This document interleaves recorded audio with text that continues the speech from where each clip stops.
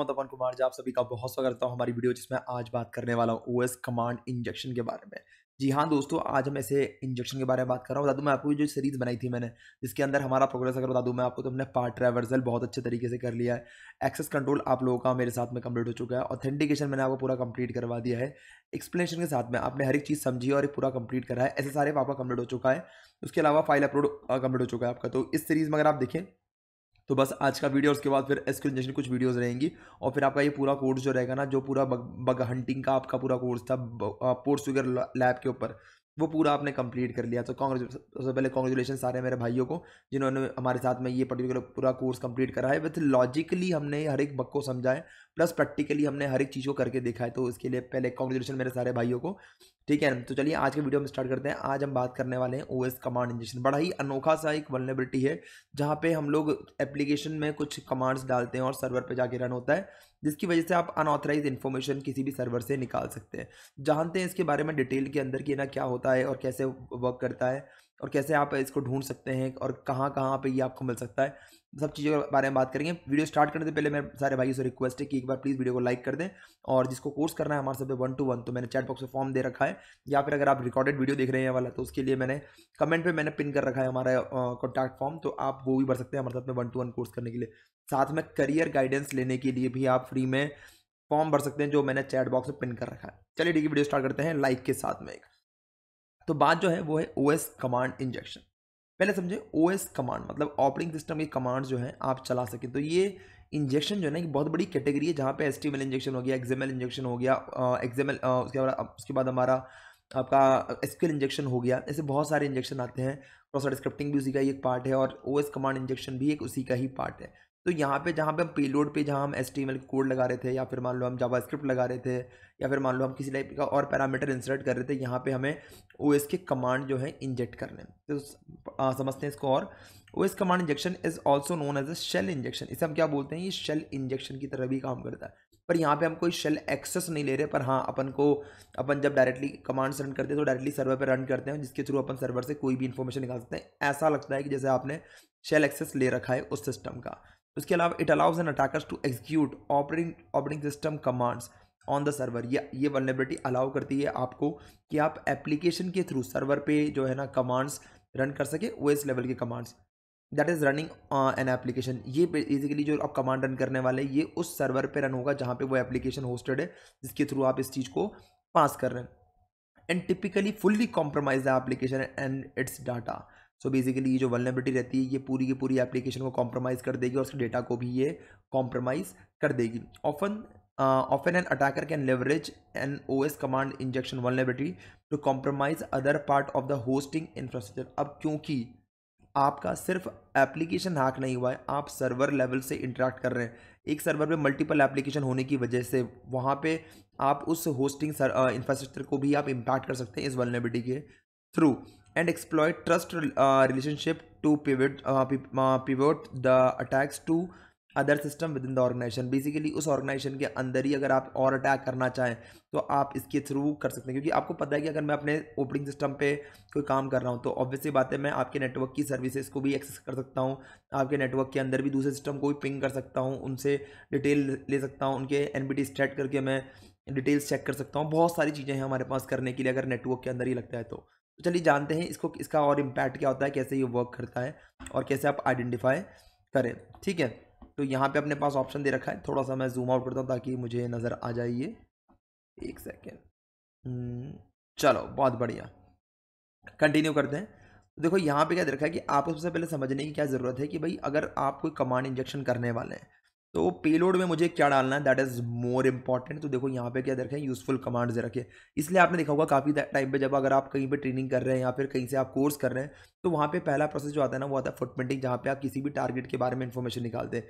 Even अगर आप देखें तो वहाँ पे स्कैनिंग नेटवर्क के अंदर भी आप ओएस के बारे में भी इन्फॉर्मेशन निकालते हो। तो ओएस का इन्फॉर्मेशन स्टार्टिंग पार्ट पे इसलिए ज़रूरी होता है क्योंकि आगे जाके अगर एप्लीकेशन में कोई वल्नरेबिलिटी आपको नजर आए, तो अगर आप उस एप्लीकेशन के थ्रू सर्वर पे अटैक करना चाहें तो आपको पता होना चाहिए उस टारगेट मशीन पे कौन सा ओएस रन कर रहा है। अगर आपको ओएस के बारे में इन्फॉर्मेशन है तो ही जाके आप वहाँ पे ओएस कमांड इंजेक्शन कर सकते हैं, वरना गलत पेलोड डाल के आपको रिस्पॉन्स कुछ नहीं मिलेगा और आपको क्या लगेगा कि यहाँ पे वो वल्नरेबिलिटी नहीं है, पर एक्चुअल में आपने कमांड ही गलत डाला है। जैसे कि देखो यहाँ पे दे रखा है कि अगर आप कमांड्स यूज़ कर रहे हैं तो उस कंडीशन में आपको लिनक्स के लिए हु एम आई डालना पड़ता है, ठीक है ना। वहीं आपको इधर भी हु एम आई डालना पड़ेगा। उसके बाद देखा, अगर आप देखें यहाँ पे, तो लिनक्स के अंदर अगर आपको ऑपरेटिंग सिस्टम के बारे में जानना है तो यहाँ पे यूनेम स्पेस -a डालना पड़ता है और यहाँ पे ver डालना पड़ता है।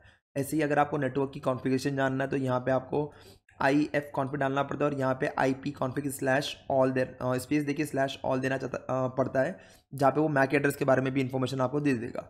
उसके अलावा अगर आपको नेटवर्क कनेक्शन के बारे में जानकारी चाहिए तो यहाँ पे netstrat-an यूज़ करना होता है और सेम चीज़ हमें विंडोज़ में भी यूज़ करना है। उसके बाद रनिंग प्रोसेसेस के अंदर PS स्पेस देखिए EF हमें यूज़ करना होता है लिनक्स के अंदर।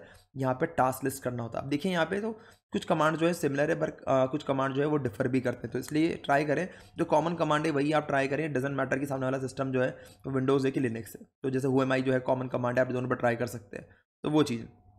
चलिए आगे बात करते हैं इसके बारे में। थोड़ा सा मैं इसको जूम करता हूँ, ठीक है। अब देखो यहाँ पे क्या दे रखा है कि इंजेक्टिंग OS कमांड। अब यहाँ पे कहाँ पे इंजेक्ट होगा, तपन भाई पहले ही बताया कि ना ये एप्लीकेशन में किधर नजर आएगा। उसके बाद बात करेंगे अंदर की ना क्या क्या कमांड्स हमें और ट्राई करने हैं। बात करें in this example a shopping application, एक शॉपिंग एप्लीकेशन है जो अलाउ करती है यूज़र को कि वो व्यू कर सकता है कि वहाँ पे स्टॉक अवेलेबल है या नहीं। पर्टिकुलर स्टोर में क्या होता है कि एक कंपनी ऑर्गेनाइजेशन एक वेबसाइट जो है वो मल्टीपल स्टोर्स को मैनेज करती है और हर स्टोर के अंदर जो डेटा पड़ा हुआ है, जो प्रोडक्ट रखा हुआ है, उस चीज़ के बारे में जानकारी वो प्रोवाइड करती है किसी यूज़र को। तो अगर कोई यूज़र जानना चाहता है कि मुझे वेबसाइट के थ्रू ये जानना है कि ये प्रोडक्ट जो है ना इस पर्टिकुलर स्टोर में कितना अवेलेबल है, तो वो स्टॉक चेक करने का फीचर है एक वेबसाइट में। तो बात करें इसके अंदर, this information is accessed via URL। तो ये जो इन्फॉर्मेशन है, जो स्टॉक के बारे में इन्फॉर्मेशन है, ये एक URL के थ्रू फैच करा जा रहा है। तो दिख रहा होगा आपको यहाँ पे URL सामने दे रखा है, ठीक है ना। यहाँ पे आपको प्रोडक्ट ID दे रखी है, क्योंकि प्रोडक्ट के बारे में सर्च करना है तो प्रोडक्ट का ID होना चाहिए, प्लस स्टोर की ID कि कौन से स्टोर में आपको सर्च करना है इस प्रोडक्ट के बारे में, ठीक है ना। To provide the stock information provide करने के लिए the application must query various legacy system, ठीक है ना। एप्लीकेशन को अलग अलग सिस्टम से क्वेरी करनी पड़ती है, क्योंकि उसको जानना पड़ता है कि भाई कौन से स्टोर ID के अंदर हो सकता है कि अभी 29 है, फिर 30 हो जाए, फिर 41 हो जाए, 32 हो जाए। तो अलग अलग स्टोर ID में उसको प्रोडक्ट लेके जाना पड़ता है और पूछना पड़ता है कि बॉस आपके सिस्टम में आपके स्टॉक के अंदर ये अवेलेबल है या नहीं, अगर है तो कितने पीसेस हैं। For historical reason, the functionality is implemented by calling out to a shell command. इसे हिस्टोरिकल रीजन इसलिए बोला गया है क्योंकि पुराने टाइम में करते हैं, अब ऐसा नहीं होता, अब ये फॉलो नहीं होता है, ठीक है ना। पर तब भी आपको पता होना चाहिए, कुछ एप्लीकेशन ऐसे जो काफ़ी पुराना बिल्ड है, या फिर मान लो कि कई बार अभी भी लोग यूज़ कर लेते हैं, वैसे ऐसा ज़रूरी नहीं कि बहुत पुराना ही मेथड है। बट हाँ, अगर पुराने एप्लीकेशन है तो उसमें तो डेफिनेटली आपको मिल सकता है वाली चीज़, ठीक है ना। जहाँ पे आपको शेल कमांड का शेल कमांड के थ्रू प्रोडक्ट के बारे में भेज के, या फिर मान लो स्टोर, ये दोनों आर्ग्यूमेंट भेज के आगे से मैं क्या कर रहा हूँ, डेटा फेच कर रहा हूँ। दिख रहा होगा आपको, तो इस टाइप का कुछ कमांड बना। यहाँ पे स्टॉक रिपोर्ट .pl दे रखा है और ये आपका प्रोडक्ट ID दे दिया, यहाँ पे स्पेस देखिए आपका दे रखा है यहाँ पे स्टोर का ID। अगर इस टाइप का कमांड जाएगा तो सर्वर से वो इन्फॉर्मेशन लेकर आएगा कि इस स्टोर के अंदर जो 29 नंबर का स्टोर है उसके अंदर ये प्रोडक्ट जो है वो कितना अवेलेबल है। अब जो है this command output the stock status of for the specified item. जो ये कमांड है जो आपको दिख रहा है, ये कमांड, इस कमांड के थ्रू आप उसके स्टॉक के बारे में इंफॉर्मेशन निकाल सकते हो स्पेसिफिक आइटम के related, which is return to the user को रिटर्न में क्या मिलेगा, कितना स्टॉक अवेलेबल है, ठीक है। तो अब आगे बात करते हैं इसके अंदर। एक सेकेंड, ये बड़ा दर्द हो गया मेरे इसके साथ में, ठीक है। अब देखो यहाँ पे क्या दे रखा है कि अगर अपन थोड़ा सा और समझते हैं इसको, कमांड्स को थोड़ा डिटेल में समझने की जरूरत है कि यार कहाँ पे कौन सा कमांड हमें यूज़ करना है। इंजेक्टिंग OS कमांड कंटिन्यू, ठीक है ना, वापिस अपन इसको कंटिन्यू कर रहे हैं। The application implemented no defence against OS command injection. तो बता दूं मैं आपको, जो एप्लीकेशन है इसके अंदर किसी भी टाइप का कोई सिक्योरिटी मैकेनिज्म नहीं है OS कमांड इंजेक्शन को डिफेंड करने के लिए। बता दूं मैं आपको कि आपको हर एक इंजेक्शन के लिए डिफेंड करने के लिए आपको काफ़ी सारे इनबिल्ट फंक्शंस है उनका यूज़ करना पड़ता है, ठीक है ना। अगर आपने सिक्योरिटी इंप्लीमेंट नहीं कर रखी है तो इस टाइप का अटैक्स ईजिली आपके एप्लीकेशन के थ्रू आपके सर्वर पे लग सकते हैं। बता दूं मैं आपको, ये जो बग होने वाला है, ये होने वाला है एप्लीकेशन का, ठीक है ना। So an attacker can submit the following input to execute an arbitrary code. So basically क्या करेगा, अटैकर अपना क्वेरी को सबमिट कर देगा और इस पर्टिकुलर कोड को रन कर सकता है। दिख रहा होगा आपको एंड इको, और फिर उसने कुछ अपने डाल दिए, करेक्टर्स डाल दिए, और फिर and.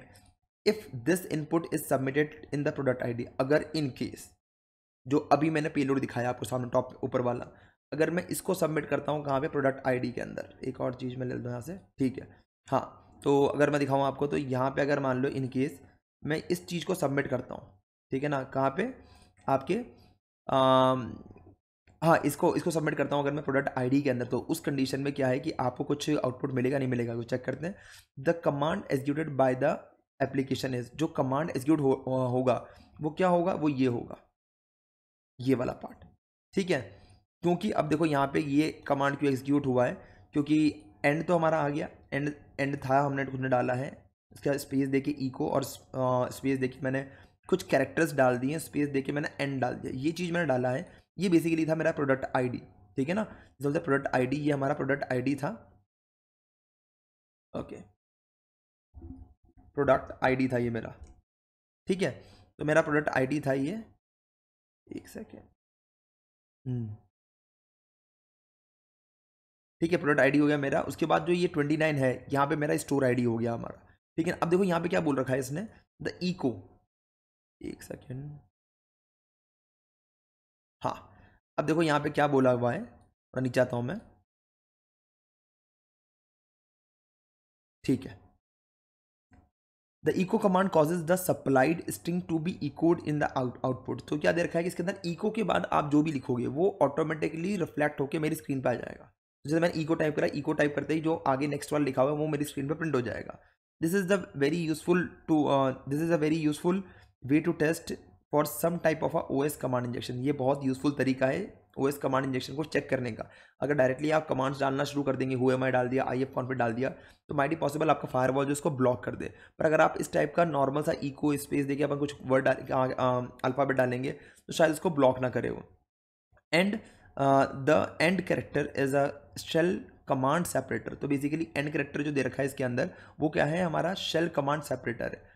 In this example it causes a 3 separator commands to execute one after another. अब देखो इस वाले अगर आप देखेंगे इसके अंदर, तो यहाँ पे इसने क्या कर रखा है, 3 सेपरेटर्स यूज कर रखे हैं। अब देखो कौन कौन से, एक ये है और एक ये है। तो अब जैसे मान लो कि जैसे ही आउटपुट रिटर्न होगा तो उसमें क्या होगा, बेसिकली आउटपुट के अंदर पहला वाला तो क्या होगा, ये हमारा ये वाला कमांड रन होगा, ये वाला, ठीक है, ये रन हुआ, ठीक है। अब इसमें क्या है कि stock report dot P L के साथ में स्पेस देखिए प्रोडक्ट आईडी होना चाहिए कायदे से, जैसा कि एप्लीकेशन एक्सपेक्ट कर रहा है। पर क्योंकि मैंने यहाँ पे कोई नंबर नहीं दिया है तो एप्लीकेशन कंफ्यूज, भैया ये हुआ क्या, ठीक है ना, मुझे एप्लीकेशन प्रोडक्ट आईडी नहीं मिला तो एरर देगा वो, ठीक है। उसके बाद दिख रहा होगा कि product ID was not provided, ऐसी एरर आ जाएगी अपने पास।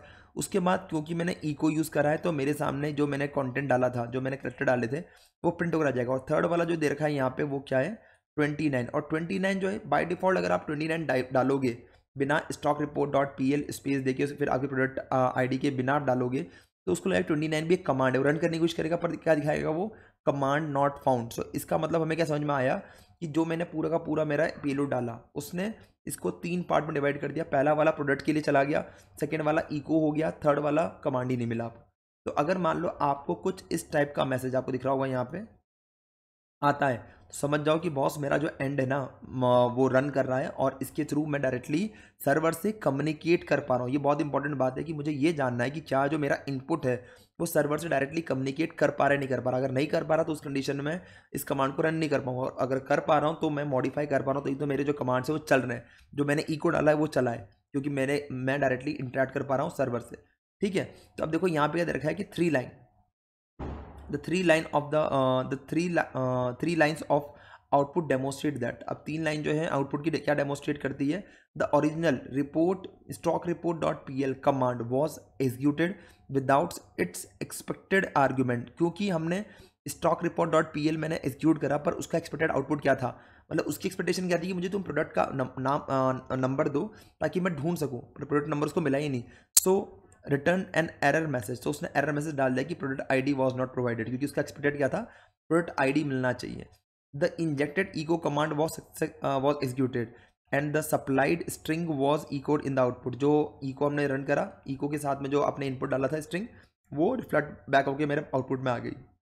उसके बाद the original argument 29 was executed, उसके बाद यार खाली 29 जो है ना वो एग्जीक्यूट हुआ। अब उसके से क्या हुआ, विच कॉज एन एरर, वो एरर कॉज कर गया क्योंकि 29 कमांड ही नहीं है कोई, ठीक है ना। तो ये जो सब होना चाहिए एक लाइन में होना चाहिए था। तो जैसे stock report dot P L space देके फिर आपका जो प्रोडक्ट का आईडी स्पेस देके आपका स्टोर आईडी होना चाहिए। तो ये सीक्वेंस था, पर ये सीक्वेंस एग्जीक्यूट नहीं हुआ, जिसकी वजह से क्या है, ये कमांड जो है ना रिफ्लेक्ट नहीं हुआ और एरर थ्रो कर दिया। तो this is a very simple way to identify command injection in any website. आपको सिंपली बस डाल देना है एंड लगा के, आप ये जो है ना इको स्पेस कैरेक्टर कुछ स्ट्रिंग डाल दो आप, और अगर वो रिफ्लेक्ट बैक हो गया कि ब्राउजर पर आ रही है या फिर मान लो आपको आउटपुट में मिल रहा है, तो मतलब कि हाँ मैं कहीं ना कहीं किसी ना किसी तरीके से सर्वर से इंटरेक्ट कर पा रहा हूँ। ठीक बात है। तो अब इतना तो हमने समझ लिया, अब इसको आगे करते हैं अपन, नेक्स्ट पे लेके चलते हैं इसको। ठीक है गाइज, इतना अगर समझ में आ गया तो प्लीज़ वीडियो को एक बार लाइक कर दे, क्योंकि अभी अपन प्रैक्टिकल करके दिखाऊंगा मैं आपको कि किस तरीके से ये आप ढूंढ सकते हैं किसी लाइव वेबसाइट के अंदर। ठीक है ना, मतलब किसी भी साइट के अंदर अगर आपको किस टाइप की फंक्शनलिटी नजर आएगी और आपको कैसे पता चलेगा कि एक्चुअल में ये आउटपुट आ रहा है, तो उस कंडीशन में आपको कैसे सर्च करना है ये बताऊंगा मैं अभी आपको। ठीक है ना, वीडियो फटाफट लाइक कर दें। जिसको 1-to-1 कोर्स करना है हमारे साथ में, ऐसे ही बेहतरीन कोर्स करने के लिए आप हमारे साथ में फॉर्म दे रखा है मैंने चैट बॉक्स पे, जाके आप भर सकते हैं। अगर वहाँ नहीं दिख रहा आपको, अगर आप रिकॉर्डेड देख रहे हैं इसको, तो कमेंट में आपको मैंने पिन कर रखा है, जाके आप भर सकते हैं। इवन अगर आपको चाहिए free consultancy, free career guidance ethical hacking के अंदर, उसके लिए भी आप फॉर्म जो दे रखा है ऊपर चैट बॉक्स में आप भर सकते हैं। ठीक है, अब बात करते हैं कि आज की हमारी लैब क्या है। तो हमारी लैब जो है वो क्या कहती है, OS command injection simple case के बारे में बात करने वाला हूँ, ताकि आपको लॉजिक जो है प्रॉपर्ली समझ में आ जाए। The lab contains an OS command injection vulnerability. इस लैब के अंदर क्या है, ओएस कमांड इंजेक्शन की वल्नरेबिलिटी है, और वो किसके अंदर है, प्रोडक्ट स्टॉक चेकर के अंदर। तो प्रोडक्ट स्टॉक चेकर जो है उसके अंदर आपकी ये वल्नरेबिलिटी होने वाली है। ठीक है, अब देखो यहाँ पे क्या है कि the application execute and shell command containing N user supplied product and store ID. तो बेसिकली यहाँ पे क्या करने वाला है कि जो हमारा एप्लीकेशन है वो एग्जीक्यूट कर रहा है एक शेल कमांड, जिसके सप्लाइड के अंदर जिसके अंदर यूजर जो सप्लाई कर रहा है वो क्या कर रहा है, प्रोडक्ट आईडी कर रहा है, उसके अलावा स्टोर का आईडी कर रहा है। ठीक है, अब क्या है, returns the raw output from the commands in its response. तो रिस्पॉन्स में क्या एक्सपेक्ट कर रहे हैं हम लोग कि एक रॉ आउटपुट मिले मुझे, जिसको जो आपके सामने स्क्रीन पे नजर आएगा आपको। ठीक है, अगर आपको सॉल्व करना है लैब को, तो आपको whoami कमांड चलाना है, ताकि आप डिटरमाइन कर सके करंट यूज़र क्या है उस पर्टिकुलर सर्वर का। तो ये हमारा टास्क हो गया। ठीक है, अब इसको अपन इरेज करते हैं यहाँ से, और फिर आते हैं अपने पास। चलिए लैब जो है स्टार्ट करते हैं। मेरा जो पोर्ट्स वगैरह ये भी चालू है, यहाँ पे लेटर कर देते हैं इसको। प्रॉक्सी चेक कर लेते हैं भाई एक बार, सब सेट वेट है या नहीं। चलो एक बार ये चेक कर लेते हैं। हाँ,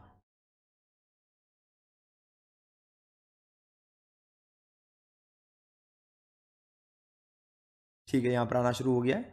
अब देखिए हम समझते हैं कि कहाँ पे मुझे ये मिलेगा।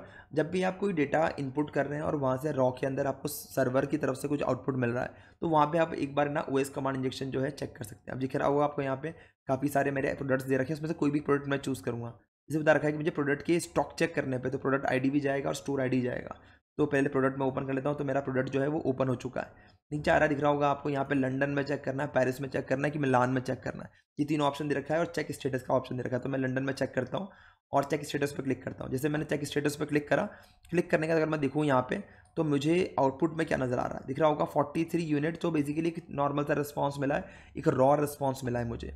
अगर मैं जाके इसको चेक करता हूँ यहाँ पे, तो दिख रहा होगा आपको यहाँ पे मैंने एक पोस्ट रिक्वेस्ट इनिशिएट करी है, और प्रोडक्ट स्लैश स्टॉक चेक इसको रिपीटर में डालता हूँ। ठीक है, बता दूँ गाइज मैं आपको एक और चीज़ कि ना, जो लोग बर्ब सूट अच्छे सीखना चाह रहे हैं, तो अभी हम लोग हमारा जो हैकर ब्लॉग है, हमारा जो ओरिजिनल चैनल है, उसके ऊपर जाके आप सब्सक्राइब कर लेना, क्योंकि उसके ऊपर एक फ्री कोर्स आने वाला है हमारे सारे भाइयों के लिए जो बर्ब सूट सीखना चाह रहे हैं। तो बहुत डिटेल में हम लोग बर्ब सूट कोर्स फ्री में कराने वाले हैं गाइज, फ्री में बर्ब सूट का पूरा कोर्स कराने वाला है। और ऐसे ऐसे ऐसे टैब्स हम लोग रिवील करने वाले हैं, ऐसे ऐसे फीचर्स रिवील करने वाले हैं, जो शायद सिक्योरिटी टेस्टिंग के दौरान आपको काफ़ी यूजफुल हो जाए। ठीक है ना, ये कोर्स हम लोग लाइव पढ़ाएंगे आपको, तो आप जाके हैकर ब्लॉग पे जाके सब्सक्राइब कर लेना चैनल को, नहीं करा है तो। ठीक है ना, हैकर ब्लॉग जो है हमारा ऑफिशियल चैनल है, ये जो है हैकर ब्लॉग लाइव पे हमारी वीडियो आप देख रहे हैं, तो मैं रिक्वेस्ट करूंगा मेरे सारे भाइयों से कि जाके हैकर ब्लॉग को सब्सक्राइब कर लो बर्ब सूट का फ्री कोर्स लेने के लिए। अब दिख रहा होगा आपको यहाँ पे स्टॉक प्रोडक्ट स्टॉक का ऑप्शन आ गया है, दिख रहा होगा।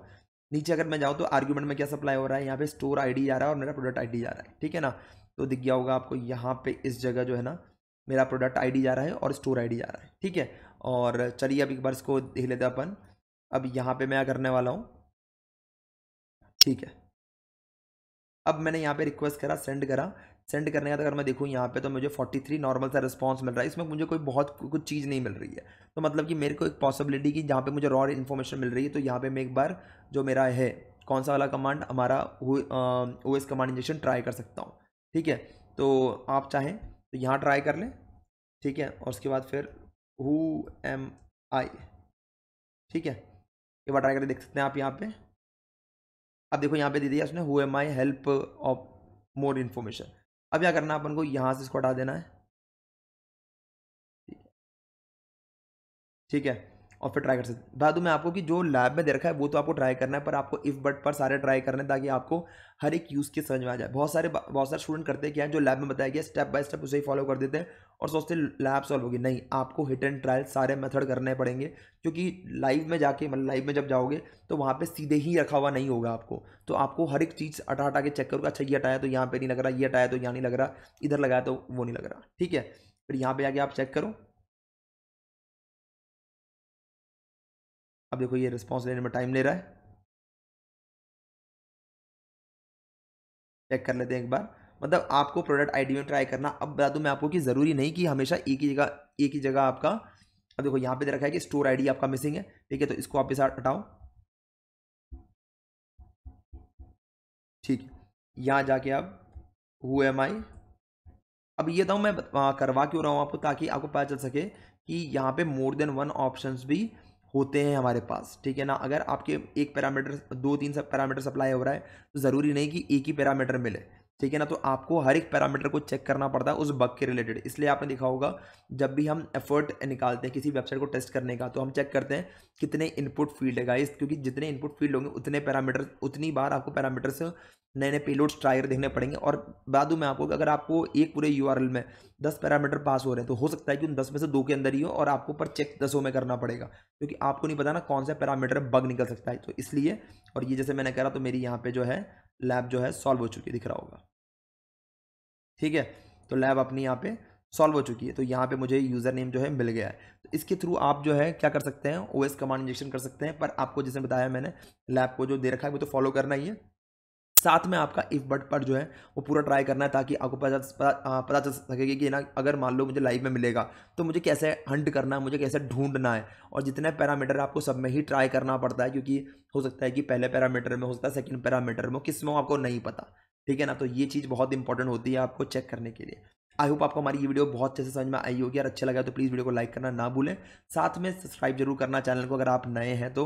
उसके अलावा जिनको हमारे साथ में 1-to-1 कोर्स करना है, फॉर्म दे रखा है चैट बॉक्स में, करियर गाइडेंस के लिए भी भाई फॉर्म जो है भर सकते हो। नीचे अगर आप वीडियो रिकॉर्डेड देख रहे हो हमारा, तो नीचे कमेंट में दिख रहा होगा आपको, वहाँ पे भी मैंने पिन कर रखा है फॉर्म, जाके भर दीजिए। ओवर द कॉल मैं आपको गाइड करूँगा कैसे आपका फ्यूचर बनाना है साइबर सिक्योरिटी में। और कोर्स करने के लिए भी आप फॉर्म भर सकते हैं। इस वीडियो के लिए इतना ही, और नेक्स्ट वीडियो के लिए बता दूँ मैं आपको कि हमारा जो ये वाला पार्ट है वो कंप्लीट हो चुका है। एक सेकेंड, अब जो है हम लोग आ गए हैं एसक्यूएल इंजेक्शन वाली वल्नरेबिलिटी के ऊपर। तो नेक्स्ट क्लास के अंदर हम लोग डील करेंगे एसक्यूएल इंजेक्शन की वल्नरेबिलिटी और उसको भी निपटाएंगे, और हमारा जो ये प्रोग्रेस पाथ है हमारा, ठीक है ना, वो हम कंप्लीट कर लेंगे हमारी नेक्स्ट 2-3 वीडियोस के अंदर। इस वीडियो में इतना ही। Thank you very much, take care, bye bye, good night, शबा खैर, मिलते हैं नेक्स्ट वीडियो के अंदर। Take care, bye bye.